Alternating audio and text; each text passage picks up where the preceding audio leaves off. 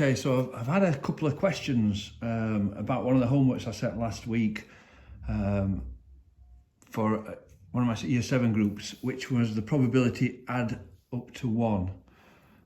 So basically it's around the premise that all probability adds up to 1 if you include every single outcome that could happen. Now, the first question that was on there, or the question number 4 on there, should I say, was the first question I was queried about. And when I've looked at it, I think there's something wrong with the question. So I'm going to have a quick go through it. I'll pop the question up for you and then you can have a look.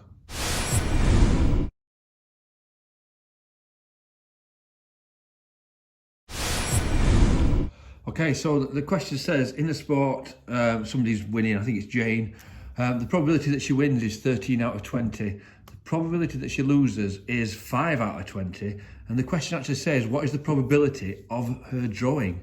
Now, what we need to do is add that up to 1 to figure out what that is. And 13 add 5 is 18 20ths. So 13 20ths add 5 20ths is 18 20ths. So we need to take that away from 1, which would leave us with 2 20ths. Now the answers it gives are 9/10. Well, that's not 9/10, that is 1/10 if I cancel it down.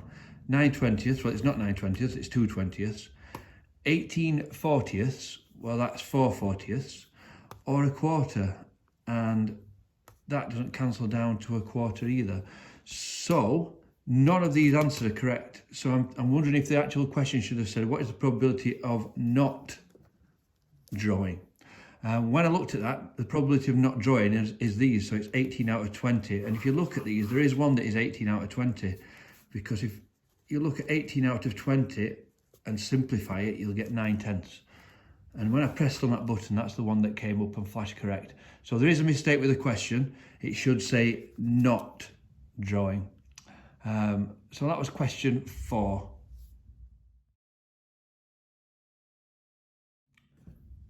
The next question that was asked about was question 10. Now that question was actually all right. So I'm going to pop that up on the screen for you to have a look at, and then I'll go through it.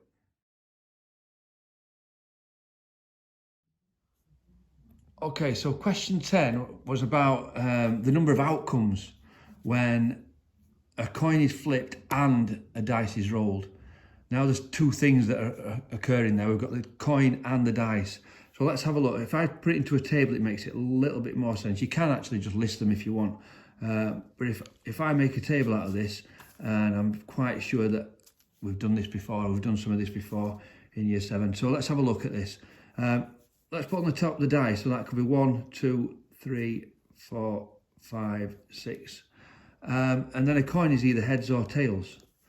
So I could have got a heads and 1, I could have got heads and 2, heads and 3, heads and 4, heads and 5, heads and 6. Or I could have got tails and 1, tails and 2, tails and 3, tails and 4, tails and 5, tails and 6. So as you can see, there are 1, 2, 3, 4, 5, 6, 7, 8, 9, 10, 11, 12 possible outcomes at that. And that's what the question's wanting from there. Okay, thank you. Any more questions, just let me know. Bye-bye.